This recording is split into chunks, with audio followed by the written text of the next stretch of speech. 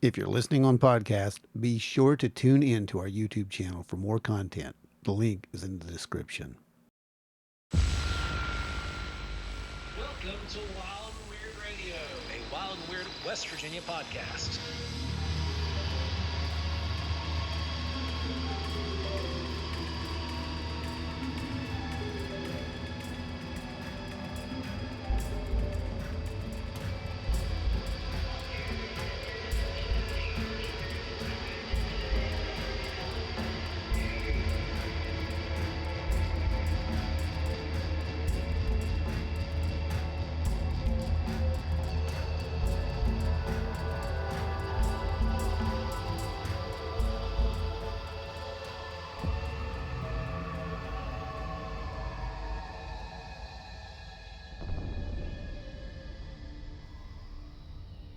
Is there life beneath our feet? Is there an underground world populated by an entirely different species? Countless legends all around the world talk about a mysterious underground, the underworld. Are these legends rooted in truth? Some believe that the earth is hollow and that there is proof of this.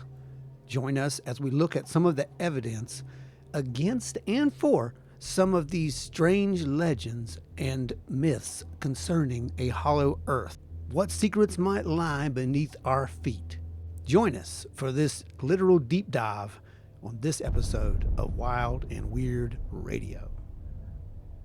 Welcome back to Wild and Weird Radio, everybody. Remember, if you're listening to us on YouTube right now, or rather watching, go ahead and hit that like and subscribe button as hard as you can. Quickly, do it now. And if you're listening to us, if we just might have popped up in your podcast aggregator on the next cool podcast to play, go ahead and subscribe to us now. That way you get our downloads every single week. And remember to hit that download button as well as the subscribe, so that way we get every episode out to you as they're dropped.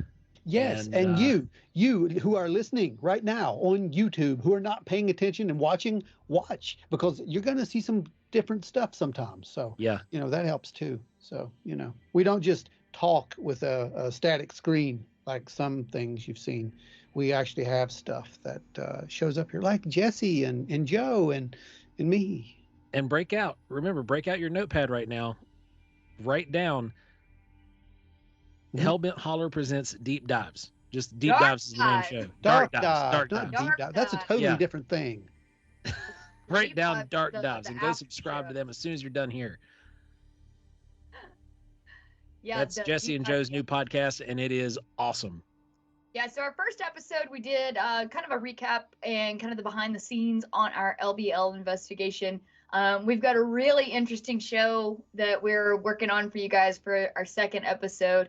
That's going to be a little, we've decided we're going to be controversial with all of our episodes from now on. So there you go.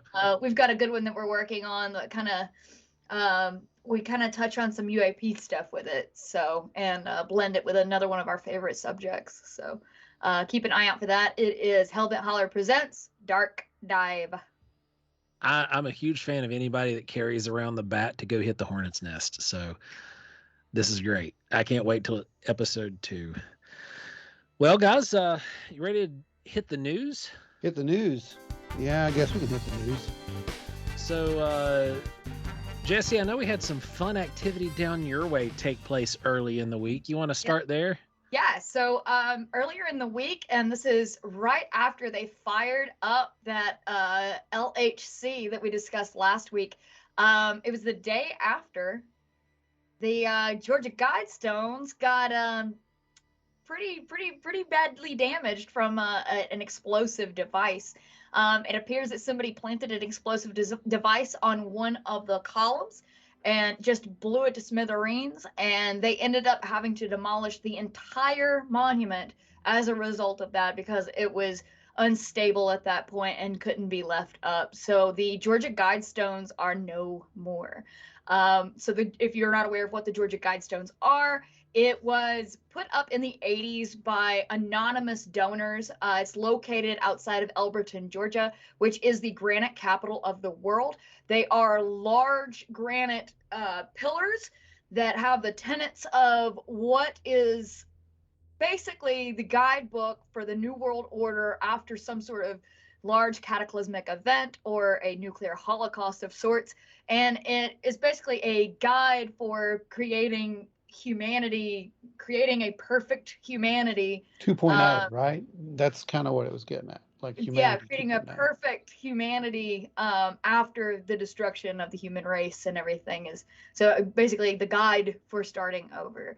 A lot of people do not like the guide stones because the tenets, one of the tenets is to keep population at 500 million.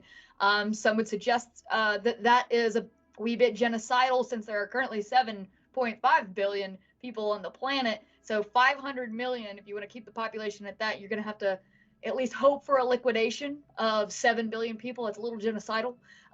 You're right. Yeah. Just a smidge. It also supports eugenics with, when it speaks of, the way that humans need to breed. So there's a lot of stuff you can look into it. There's some stuff that's kind of just flowery, floaty-doty little bits and pieces. So it's sort of a monument to the New World Order, and a lot of people are not down with that. So it's been, I'm surprised that they've lasted this long. They've been vandalized over the years. There's been cameras up around them for a while. What's interesting about the CCTV footage of the explosion is you don't ever see any footage of like the vehicle or the people planting the device or anything like that. All you see is a vehicle leaving, and you see the explosion itself. So, but the guide stones are no more. I'm pretty sure that they'll probably do something. They might rebuild them. So we'll see. Yeah, the remains have been removed and hauled off, and like me personally, I'm thinking that the state has missed out on a huge opportunity to bust these things into like And little sell bitty them. pieces and sell them at pieces of gift the Berlin shops. Wall when Just they like sold the off wall. pieces Yeah. of the Berlin Wall. Absolutely. Yeah. I mean, everybody wants a little piece of totalitarianism to sit on their shelf in their collection. I would You buy know, one. I would too. I would I totally used to buy actually one. have a piece, would buy and one. I lost it over a transition of like 2 or 3 moves, But and I had a little piece of the Berlin Wall that I painted red, white, and blue. Oh, jeez. I think the whole thing with you've seen my take on this. I really believe that those stones weren't meant for our generation. These are just people who, for whatever reason, want to read into things. But what it was it was literally the plot to Logan's Run. That's what it was. Keep the population under. That's exactly what they did in Logan's Run. They did that because it was after a nuclear catastrophe. The Earth could not support any more than their set little colony. You see, so it's literally the exact same thing. And then, of course, there is no sanctuary. We all learned that. So Well, next up in the news, we had another crazy Bigfoot debacle that started. Oh, good. So anybody who's familiar with Cody Peterson, or even if you weren't, you are now. You've seen the viral stuff that took over all social media platforms and YouTube alike, where he posted these ambiguous photos without. Now, to his credit, he did not say that he found a Bigfoot skull. In his original post, he didn't say it was a Bigfoot skull, but he posted a large primate. Well, it was in fact a gorilla skull. I'm actually friends with some of the folks from Bone Clones, and it's a replica skull that I recognized. And we watched it and just to see how it played out, because it was modified. There were some modifications to the teeth. The teeth were made to look like they had severe wear on them rather than being pristine. But the one thing they didn't do was change the finish on the teeth. They left these pearly white teeth that they pulled out of a nasty boggy mud hole with a nasty dirty skull, but it had these just beautiful pearly white teeth, even though they were worn down. They had no sign of like gingivitis, nothing like that. So yeah, regardless, it was fake, right? Is that what you're trying to say? This was a fake? Come out a couple days later, it was fake. But anybody who's really paying attention and really watching it really close, about 2 hours before he posted these photos, he posted a new T-shirt that he had designed. It said "Stay Hidden," and it had the classic Bigfoot, that one right there, actually. The little lurching Bigfoot that everybody draws. Yep, Yeah, that one. walking through the forest, and but there were a lot of people, who were getting like really amped up, like, oh, he found a Bigfoot skull, and there's so many people on the other side, like the actual people who are in the field and doing this kind of stuff. We're like, yeah, no, don't get your hopes up. But it's caused a whole lot of strife in the Bigfoot community at the moment, and that has been super exciting because that's all we really need is just more arguments and more fighting. Well, it just caused more cover up. That's all it did. And, Yeah. everyone thinks now that the government made him come in and come up with this fake story. Yeah, and, there is that you camp know, for sure. So, no, what this was is what it was. And that's what we're going to leave it as, unless something, breaks in the actual story. I think we can all agree that this was just a really bad PR stunt. Well, I mean, And what everybody else has wow. to remember is this is the same guy who built a suit designed to withstand being eaten by a reticulated python. Yeah. And then pulled out, said, I'm not doing it. I can't do it. I can't be, I made this suit to be eaten by a python, and I'm not going to be eaten by a python now. I mean, this is the same guy. All right, guys. Yeah, it's Are you entertainment. suggesting that he has a penchant for sensationalism? What? I never suggest the thing. Possibly.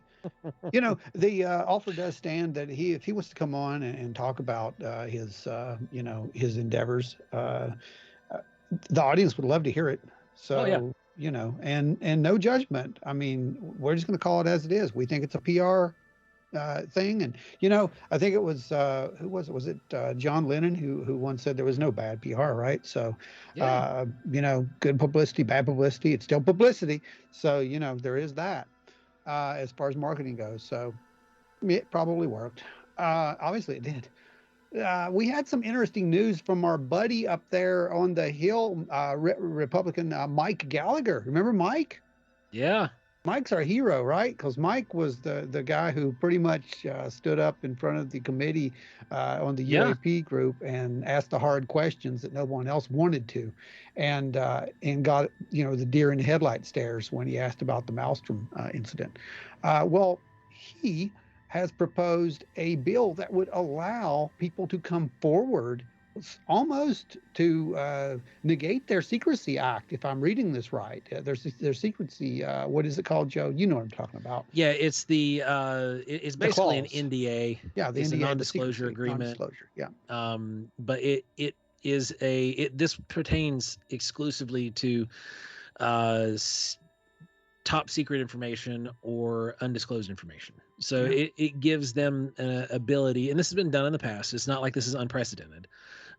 It's been done in the past. It's happened with the whole 9/11 thing, and it's happened a few other times since then as well. But essentially, it gives them like an amnesty to come forward, speak out from underneath the umbrella of the secrecy without ramification. I got a question though. How does that work with national security? That was my number one question. Or is there a limit? Like, can they only come forward? There's a filter it goes through. As long as it's not something that is blatantly like screaming national security issues or could even really allude to them, they're normally permitted. But if it's something that's actually under National Security Act, those are still held tight, because that is national security. There's also a possibility of like redaction and because it's not going to be like live testimony. Yeah, it's not like right. You're exactly right. It's going to be a classified hearing. So and this being in the classified hearing, if there's a public hearing portion, then those some of the stuff that is pertaining to national security will be omitted, and then behind closed doors they can talk freely. So basically, it's like the UAP committee again. Yep, that's what you're saying. It's pretty much. It's just okay. Well, that makes a lot of sense. And thankfully, we have that tech millionaire over there in Britain that got together with his friends and bought a giant Cold War radar to help look for UFOs. So it just proves you can get by with a little help from your friends.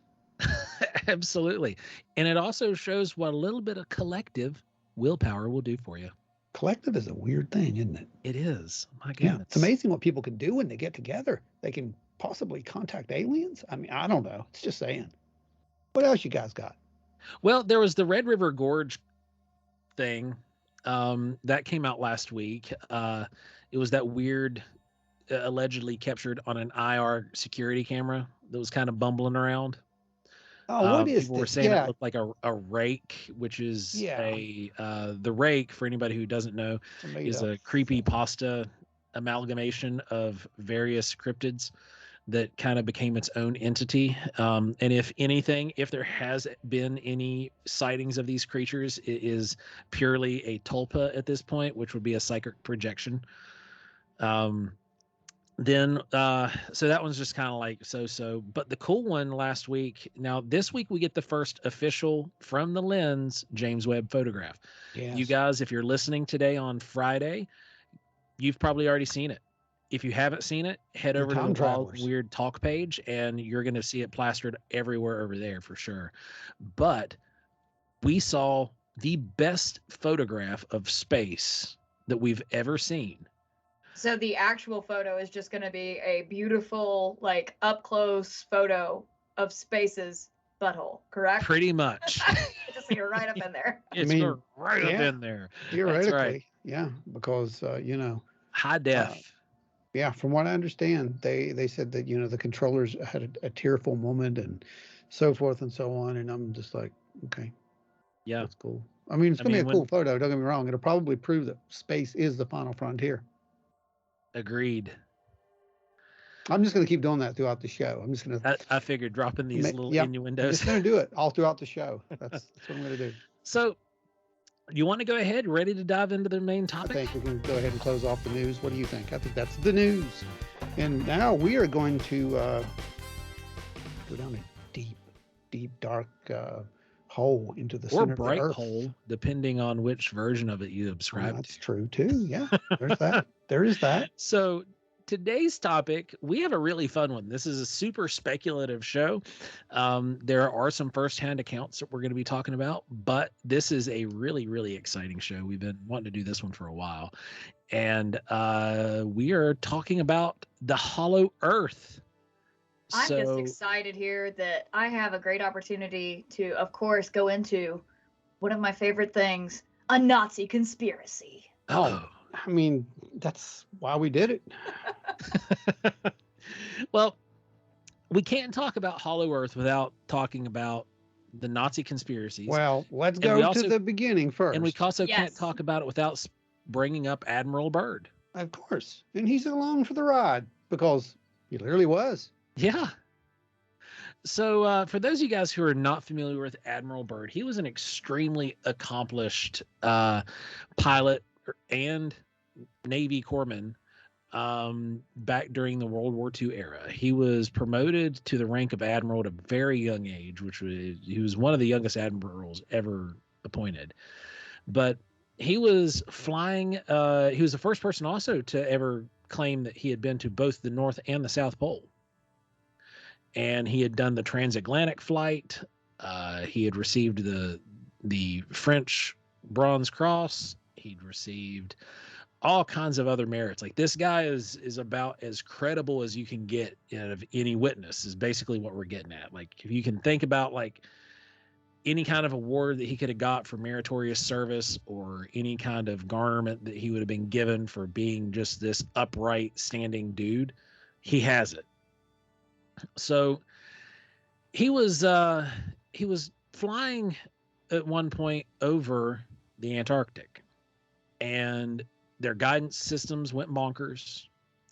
They lost control of the aircraft. The ice cap was said to go. This is one of the really crazy things to me. The ice cap, when he was looking at it, he and his co-pilot, who was also one of the technicians, they were both witnessing this entire thing. And they watched the ice cap shift from yellow to purple to red. And then suddenly they were flying over this area that was kind of like a jungle. And they described a living woolly mammoth that they saw underneath them walking around. And then it got weirder from there, because now he described it in his journal as being captured by a vice, an invisible vice that had captured the aircraft. And they were unable to land. They were just being guided. It was essentially a tractor beam. And they were guided into position, landed on a disc, like just dropped down on a landing platform that was disc shaped. The disc shape descends down into a subterranean portion of the earth. And then he meets these Nordic sounding people, tall, blonde haired people. And they take him, they speak to him, they start talking about this is again where we get the same kind of reoccurring stuff from the same thing with Valiant Thor and the Indrid Cold, which is, quit killing yourselves. We're aware that you've been able to split the atom and it's troublesome. We don't normally get involved in you're in the above ground affairs, which kind of insinuated that they were subterranean, but they were worried for their own existence and us destroying the planet. So where do we go with all that info? I don't know, but before that, we had this is something that a lot of people did believe in for a while. Yeah, it's part of the Hindi religion. Edmund Halley, you may have known that guy. He was the guy who discovered Halley's Comet in the 17th century. He believed that the Earth was hollow. So it was eventually disproved, though, in 1740. Halley's theory on the hollow Earth, that it was like a series of layered spheres. So it was one large sphere and then an inner, and it was kind of nestled like a matryoshka doll, and that each kind of sphere has its own atmosphere that can support life. And when I was reading about this, it made me think of Dante's Inferno, that there's these different levels of that, it goes down, down, down, down. So it's kind of the same concept of like this, like I said, like a matryoshka, that it's just layered in there. And so his was not just a hollow Earth, but it was just a multi-layered, almost like a multi-dimensional Earth in a way. Yes.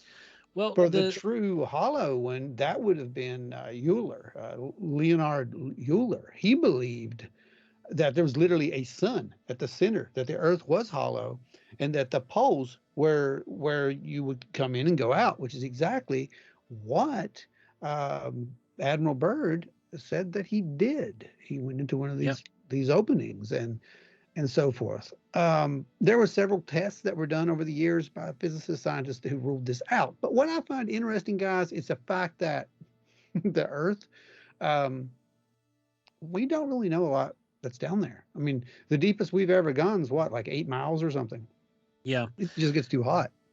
And one of the things that I found really hilarious in the last probably 5 years or so, like, I'm sure you guys we're all pretty close in age here. We remember being taught in primary school and high school that the Earth's core was this flowing ball of magma, and it's totally not. It is this shifting ball of ferrofluid, which isn't really magma, but it changes state from being cooled to warm to cool to warm. So it does get kind of liquidy at some points, but then goes solid again, and it shifts magnetically and all kinds of other stuff. So it's not what we have previously thought about the center of our planet is wrong. So there's a good possibility that what we're currently thinking about the center of our planet is also wrong.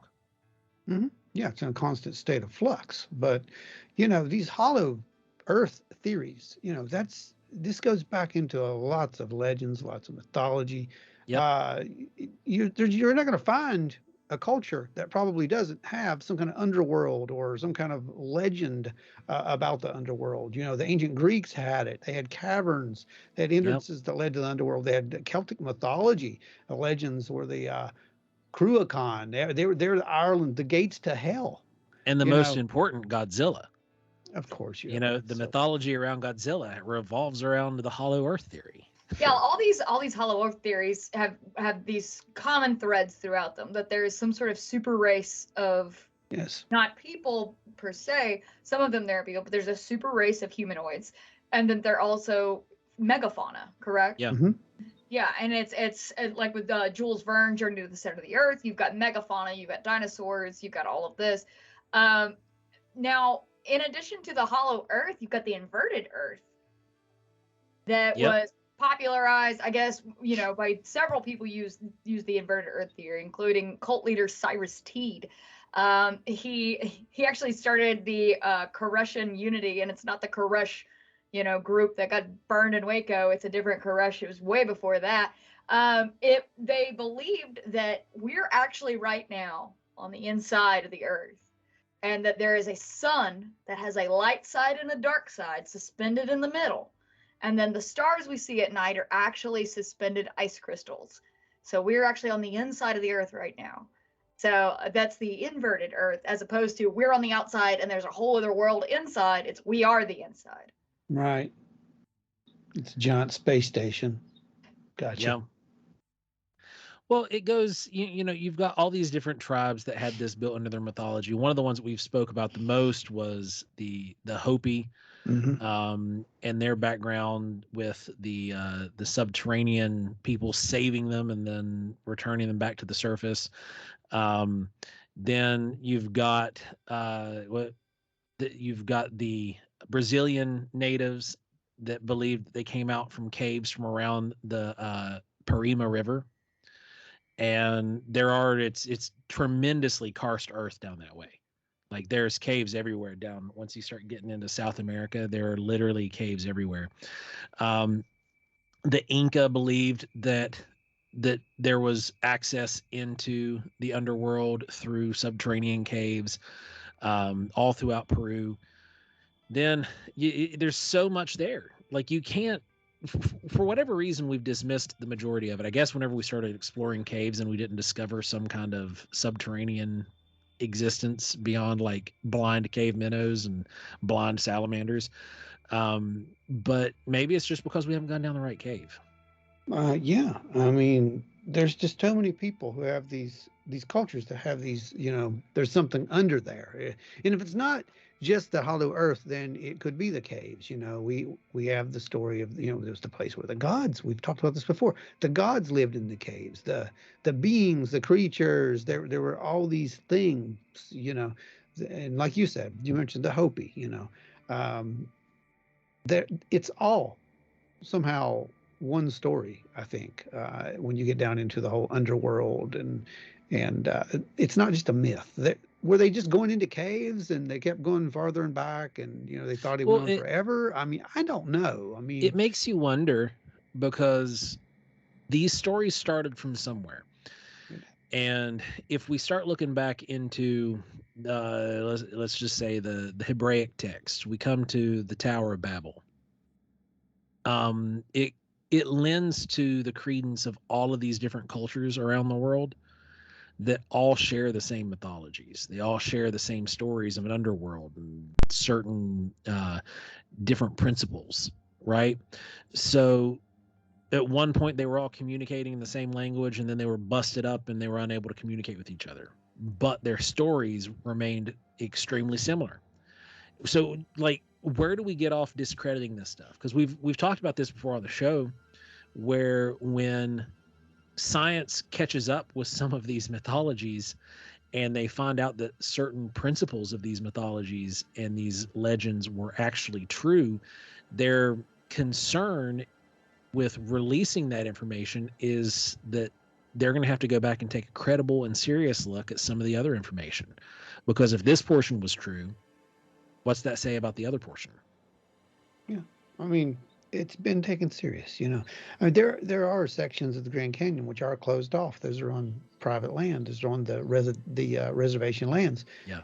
You don't go there.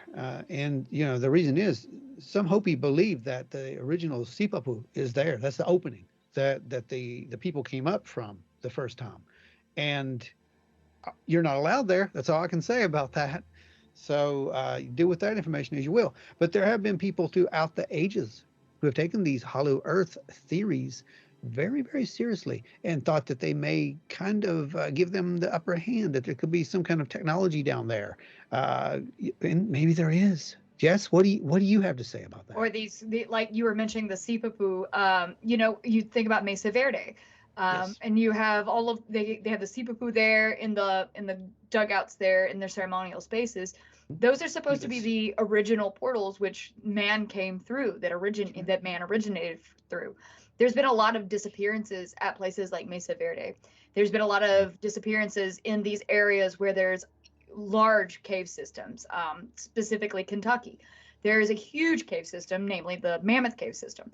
There are so many missing people around these cave systems, and I think that possibly these could be portal areas. These could be areas where something is coming through. I don't know if it's coming through from another dimension or if it's coming through from a subterranean world. And then you have stories of goblins, you have stories of dogmen, you have stories of Bigfoot coming through in these places, and these subterranean races that come through.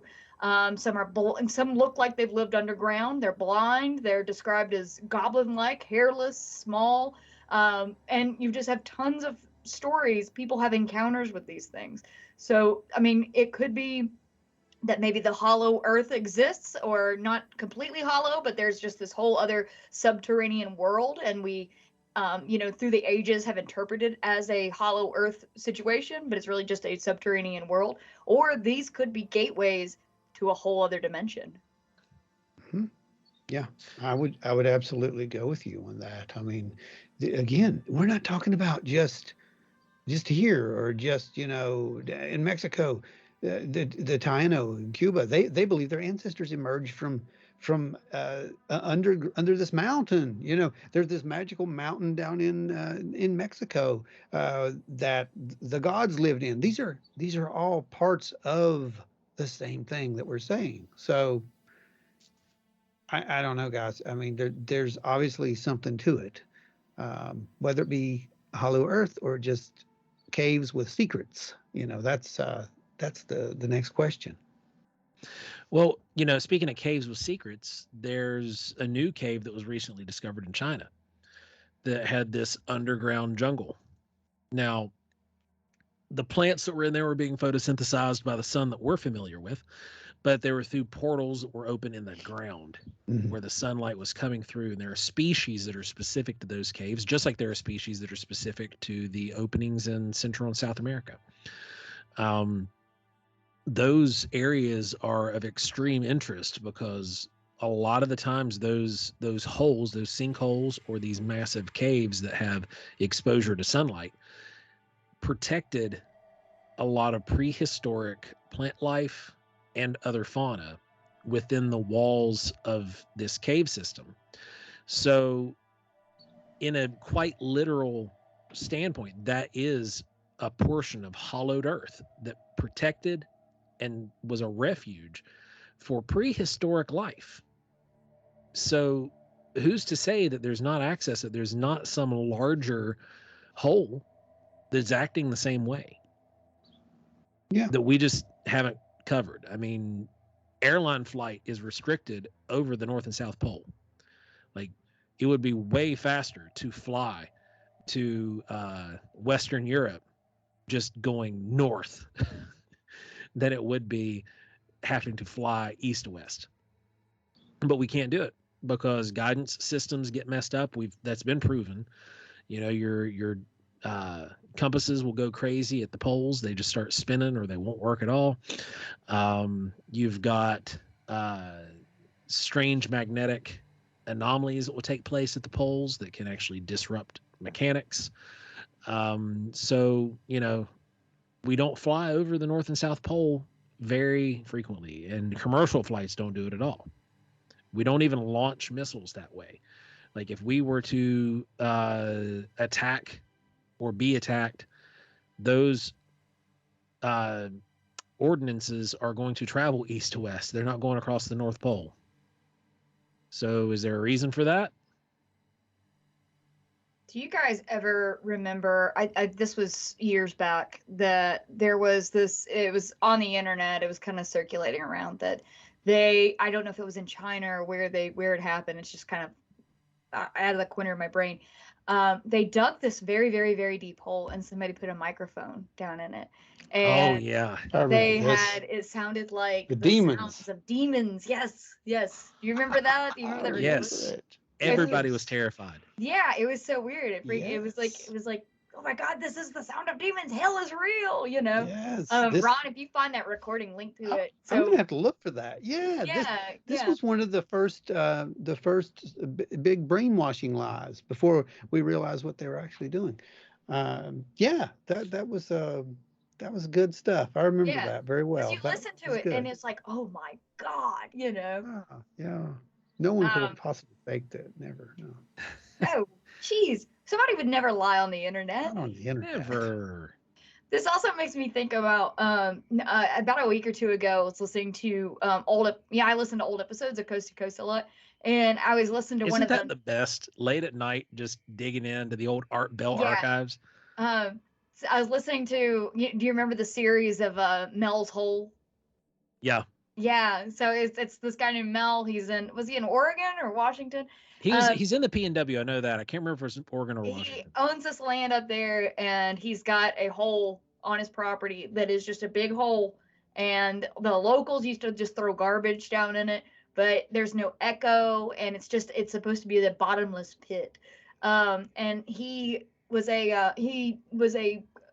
fisherman sometimes, so he had these like huge spools of fishing line, and he said he would keep feeding it down there and keep feeding it down there, and he had a lead triangle weight at the end, and it never came back up wet or anything. But he was up to the episode I was listening to the other night. He was up to like 8 miles or something like that on his line, because he would feed it down, and then just go to another spool and go to another spool and go to another spool. So it makes me think about Mel's Hole. That was like a It's big amazing. thing in Yeah. the coast to coast world, was that bottomless pit, and everybody wants to come down there. The people would call in and they're like, I volunteer as tribute to jump down the hole, you know, and report back what happens. And Art Bell, when when he does his interviews, he's always very off the cuff and very quick with it.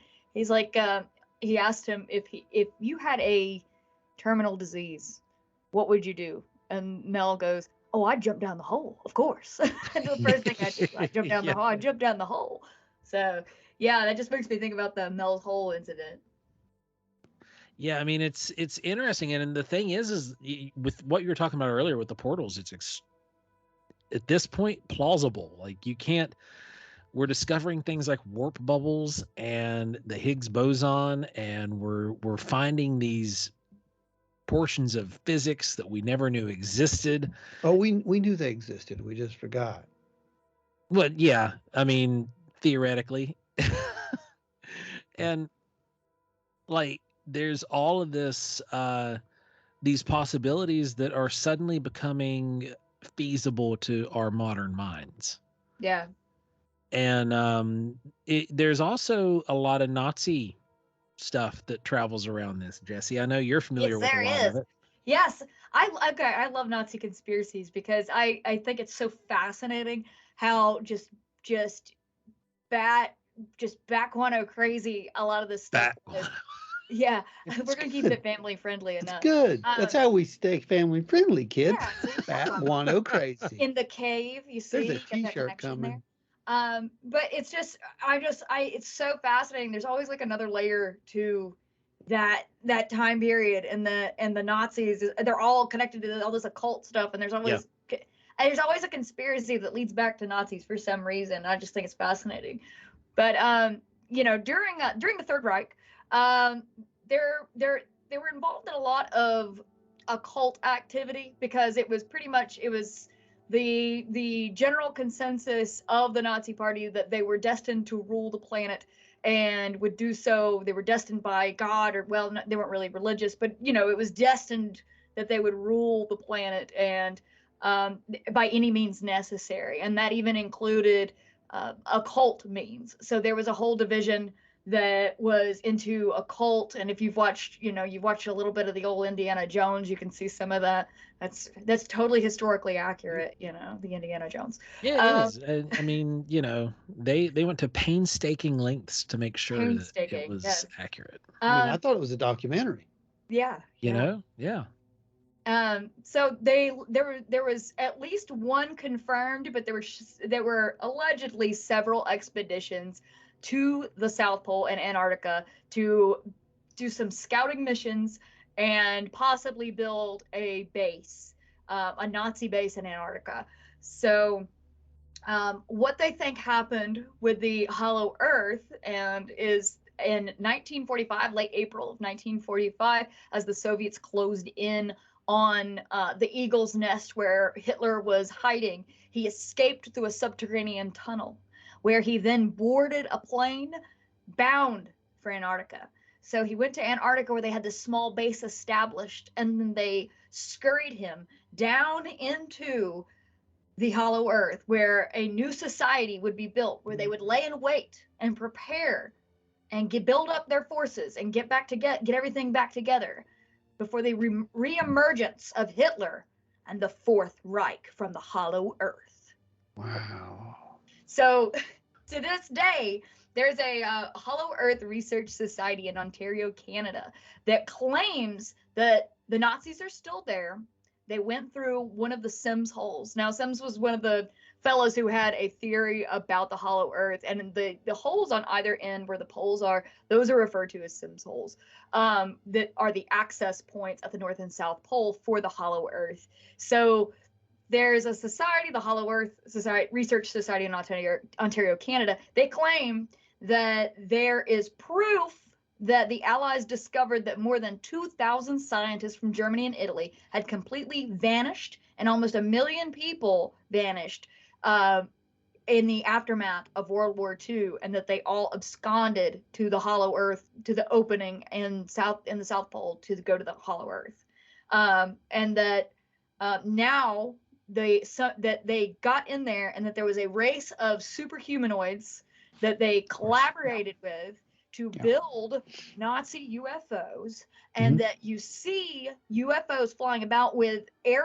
described Aryan pilots. Those are actually Nazi UFOs, and they were built in collaboration with the super race that was in the Hollow Earth. So, and it That is tracks. Yeah. I mean, sure. See what I'm saying here? Are we following? Are we following? Yeah. Where do the reptilians come in? I want to hear about the reptilians and the Nazis. Well, I don't have anything on the reptilians. That's the reptilians and Maybe the they're Nazis super on the race. moon. I mean, Maybe come we on. got the Aryan reptilian super race situation going on. That makes more sense to me. So, an Operation High Jump, which was from 1946 to 1947. High Jump was one of the things that Admiral Byrd was involved with as well. Yes, Admiral Byrd was involved in that. So Operation High Jump was about 1946 to 1947. It was a short-lived program. The original purpose of the program was to set up an American base in Antarctica. But the real purpose of the program, 1946, remember that year, right after the suicide of Hitler, actually the escape of Hitler to the Hollow Earth. They were going after him. They were searching for Hitler in Antarctica and trying to find the opening to the Hollow Earth, and that's where what Operation High Jump actually was. God, I really hope that someone just tuned in just in the last 15 seconds, because the ratings just went through the roof. No, I get it. Yeah, that makes perfect sense to me. I mean, it is the center of a whole lot of Nazi conspiracies, with Hitler actually exiting Germany, making it out, and being hidden. Yeah. So what you're really saying in all this Hollow Earth stuff is that we don't know where the reptilians are, number one. But number two, if the Earth is hollow, it can't be flat. Yeah, right. Huh? Yeah. Huh? Am I right? I mean, or am I wrong? I mean, is it like unless it's stacked like paper. But if it is, then that's not really flat. See, that's got volume. That's a rectangle. I think I just heard everybody's last two brain cells just rubbing together and then blinking out of existence. We can do more. We can do more. We can drill a hole through the Hollow Earth and drop a ball through it. Now, what does the ball do? The ball keeps falling all the way through the Earth, or does it stop in the center because of gravity? That's a good question. I don't know. Well, Ron, we've covered the Nazi conspiracy theory. We've covered a bunch of the loose ends on Hollow Earth. Let's go UFOs and Hollow Earth. Why not? Okay. I mean, you just did. That's pretty much all I got for you. No, actually, there are people who claim that there is especially of late. There's a lot of people who believe that there's something going on in Antarctica Hmm. Well, in Giorgio particular. was talking about, and this lines up. Here's what's really crazy. It lines up perfectly with what was being told by Admiral Byrd and the temperature being at 76 degrees on his thermostat on his Yeah, aircraft. Giorgio on Ancient Aliens was extremely intrigued by the discovery that scientists had made inside of this massive glacial cavern where the temperature was stabilized at constant. 78 Yeah, degrees. yeah, constant under the ice. You can see it, and yet it's there.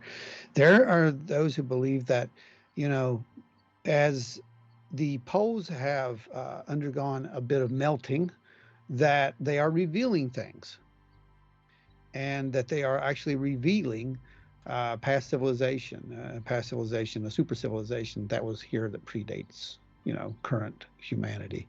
Linda Moulton Howe, she did some incredible interviews with a guy who allegedly was there, who was in this secret base, and he says the thing was massive. It was massive, and it was lit inside with these lights. Again, it's these lights that we can't explain. They have no power source. They have no, this is the magic lights that we've heard over the years, the magic lanterns and whatnot. Are they all talking about the same thing? Is it really just an interpretation of some kind of alien technology, some kind of extraterrestrial or extra dimensional technology? I think it is. I really do. I think that if we're going to give any credence to this hollow Earth thing, then we can give it this. Maybe it's not hollow, but maybe there are deep, deep underground bases, and those are exactly where these things are coming from. And It's they a might very, be using some form of synthetic sunlight or some sort of of course. like, I mean, we use it for in today's world. Like if you're in the reptile hobby or you're keeping animals, there are light bulbs that Hmm. emit UV radiation, so you can Right. grow plants, you can like make sustainable habitats for reptiles in your home aquariums. Yeah. So is it possible that there's this utopia that's somewhere inside one of these mountains where there are these beings who are super, intelligent, that predate us by thousands and thousands of years? And they're having Yes. Mai Tais with Hitler, of Yeah. course. Well, I don't know about that part, but I did say they were super intelligent, so I don't know, but no, I think it's definitely a possibility that is, you are talking about this underworld. Uh, Go into spiritualism, Joe. The underworld is not just hell, right? Right. It's the land of the gods. It's the place where they dwelled. We go into the whole Mayan thing, with you know, they had a deep, deep belief in the underworld, Yeah, but they all the the gods came Zabulba. from there. Yes, exactly.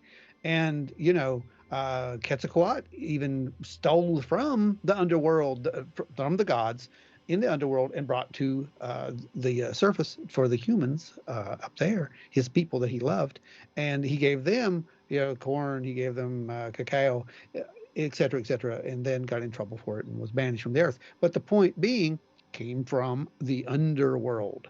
So another place, and we see in Egypt, with the pyramids, they tried to recreate this underworld, you know, Yeah, underneath it, right? So in the land of the dead, so to speak. And then you see this in China. You see it, Duloc.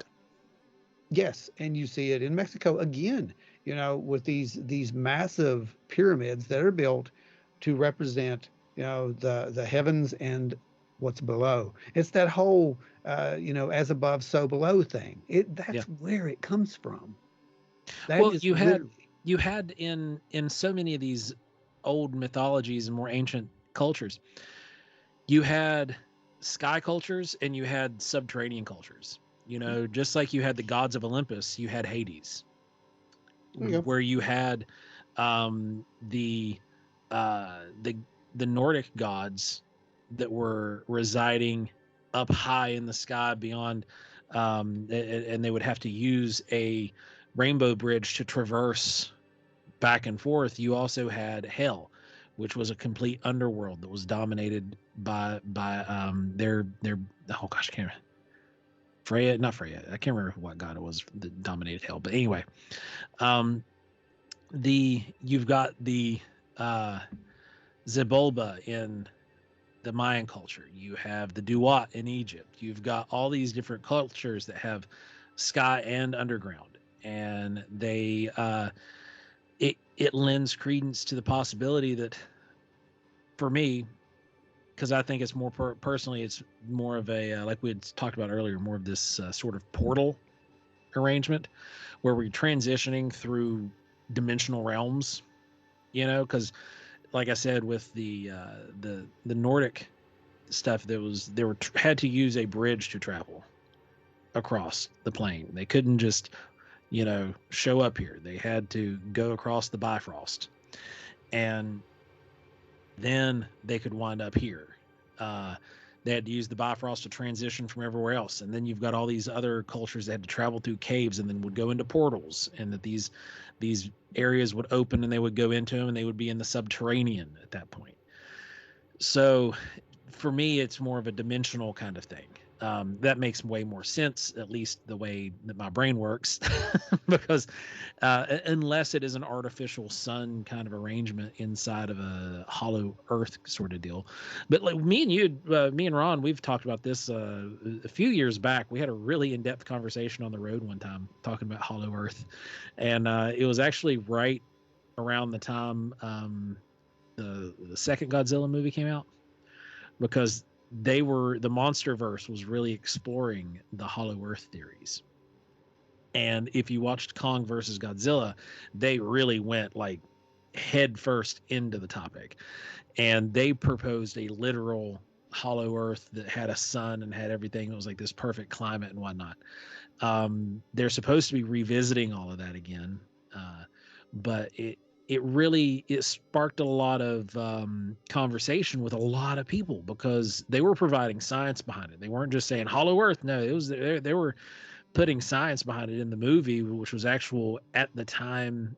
Some of it was like brand new science, brand new theory that was being used, and it didn't necessarily propose full on that this was a mass, that the what we're walking on, the crust is like a shell, and then when you go beneath the surface there's this whole utopian paradise, but more that there was a series of caves and caverns, and in these caves and caverns there were massive openings that had these utopian like places within them, but the core of our earth is what was basically the powerhouse that fueled all of it. So that was more of the ringed version, like Jessi had spoke about earlier, where there was certain layers and it got closer and closer to the center. And I really jumped on a big deep dive onto the hollow earth thing, because I was like, wow, this is really interesting. And for the first time I've found this topic interested to me, and it there was a lot of stuff that kind of made sense, but then there were some really fantastical things too. But with the big cave, the caves and the portals, it's plausible. Mm-hmm. I can't say that it's not possible, because we have so much mythology that revolves around these, and so many times science is caught up with spirituality, and you at some point you're going to see them blend perfectly. Mm-hmm. Yeah, absolutely. I mean, I personally believe that there are some very hidden places. Let's put it that way. Some very hidden places with some very important things yet to be discovered, and they will be discovered soon. And that's just a personal theory. I don't have any actual knowledge. I'm not working with the government or anything. Don't settle, simmer That's down. what the government says. Simmer down. Exactly what the government says. No. So, but I do believe that there's going to be some big archaeological discovery that's literally is going to be like, what do we do with this? And they're not going to be able to cover that one up. Not this time. Well, we've actually recently just had one of those. Sort of. It was ice, just the top of the iceberg, but we had one of those where an extreme drought had uncovered an ancient Middle Eastern empire, not just a city, but the capital of an empire that was said to be destroyed by earthquakes. that was not destroyed by earthquakes at all, but just covered up by the ocean. Yeah, because that happens. Yeah. So, but now it's receded back, Mm. and this whole place is uncovered. And now archaeologists are literally beating foot trying to get there to collect as much data as they can before the flood season comes back. It's just so interesting that, the surface of the earth is constantly, we are just a tiny little blip on the timeline here. And the surface of the earth is constantly churning and changing. And it will always churn and change. It is constant. It is forever. And we are just a tiny little blip on that timeline. And, with the woolly mammoth calf that was discovered in Canada recently, that's another thing. You've got stuff from just eons ago that are just churning up and coming back. There's these changes. And what is it, every 100,000 years or 10,000 years there's an ice age? 10,000. Yeah, 10,000 years. Yeah, and that's another change, and it's just constantly changing. There's no telling what's going to kind of churn up from below the deep, and humans, as we Homo sapiens have been around for 100,000 years, and we only have history going back 5,000-6,000 years. Written language going back 5,000-6,000 years, if that. And so, what don't we know about our own history is a lot. Much. That's a lot. There's no telling what's under the surface. There's no telling what's under there. What is going to be brought up in the coming years. We think we know everything, but we have no idea what is lying beneath. Oh yeah, absolutely. Any chance I get, I'll go out and I'll play around in caves or down around. But I'm looking for the secret opening that Marshall, Will, and Holly found, and I'm looking for the slee stacks because they have some cool crystals. Those crystals do some cool stuff. way cooler than the crystals I've got. So I'm looking for that. I'm coming for you guys. Coming for you. Coming for you. I want those magical That's the best crystals. reference I think that's ever been made on this show. Told you I was going to do it throughout the show. But this has been a absolutely fascinating little literal deep dive into the hollow earth. I'd like to know what our listeners, viewers, etc., if you're beaming it in psychically, possibly even, what you think about this this actual theory. I'm kind of leaning toward the hollow mountain kind of thing. That's my thing. I think there's that at a lot of caves and whatnot.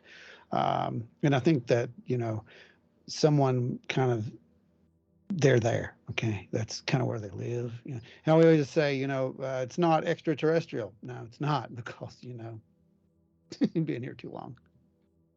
They've always been here. Right. Exactly. That's kind of my thing. Or at least some of them have, but, I don't know. So tell us what you think, and what cave has the lizard people? We want to go visit. I don't think you guys can capture a lizard person and then be a lizard person dealer. You're going to be crossing some ethical lines there. I know you guys That's are why into we're going to that. move to Switzerland. I don't know. It could happen. Because I'm pretty sure that there's probably a business in lizard people propagation. I agree. We can move to Switzerland. It's ethically gray. We'll be great. Ethically gray place. You can do anything in Switzerland. You can destroy the world and get by with it if you want. So it's the Tijuana of Europe. Let's go for it. Yes, absolutely. It's all the gloves are off here. Guys, yes, I'd like to know. CERN has now been running for the LHC's been running for how long now? It would be 2 weeks, right? 2 weeks. Yep. 2 weeks. What crazy things have you noticed? We're trying to keep a log on the crazy things that people have noticed, by the way. Our field correspondent, Brandon Wills, brought one up that was really interesting to me yesterday. And it has to do with Richard Simmons. Oh, my. I must know more. So, do you guys remember Richard Simmons wearing sweatbands? Yes. Apparently not. Yeah. Same here. What do you mean, sweatbands? Sweatbands on his wrists and around his head. No, I remember his wrists. I don't remember his head. I don't remember the head because he had that I remember the head. beautiful fro. I don't remember Yep. that. Yeah, I yeah, remember yeah. wrists. I remember the head, but Now, I the remember, head and wrist I always remember the matched. When he wrist. wore the headband, the head and wrist would always match. You're But thinking, now they do not. Now they don't. They don't exist. I don't know. I He don't never remember wore that. any on his head. Well, I'm not from your universe. Well, Ron 2, he's here, just like we called it last week's episode. Proof is that proof, guys. The proof is the proof. What can I say? Yeah. And then apparently the Pillsbury Doughboy's collar is now white instead of blue. What? Yeah, Wait, like his what do you toque mean that he blue? wore. Stop. This is getting ridiculous. Yeah, the Pillsbury Doughboy's toque is now white instead of blue. It was blue? That's what I remember. That's what Brandon Wills remembers as well, too. I don't remember blue. Oh, boy. He had a white hat and a blue toque. I remember the white hat and the white thingy. Whatever. Yeah, see, this is Ron 2. Ron 1 These has are been boring. Give obliterated. me something wild. I want the Eiffel Tower to be upside down or something. Yeah, Give me right? something cool. Yeah, it's really small. You know, speaking of which, Jessi, did you know that a lot of metaphysical students and New Agers actually were trying to harness the power of the LHC the day that it went on for direct manifestation? How'd That work sounds out like a for? terrible idea.